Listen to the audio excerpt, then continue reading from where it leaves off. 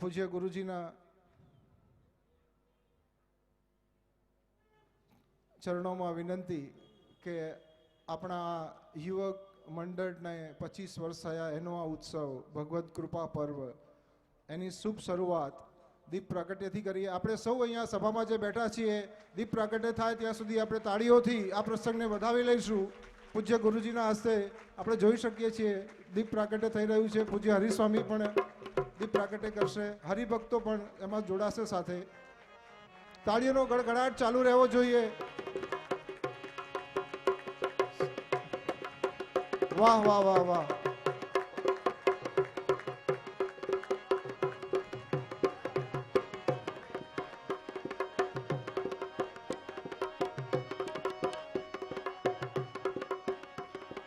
ખૂબ સુંદર, આપણે બધા તાળીઓ વગાડીને આ દીપ પ્રાગટ્યમાં સામેલ થયા છીએ।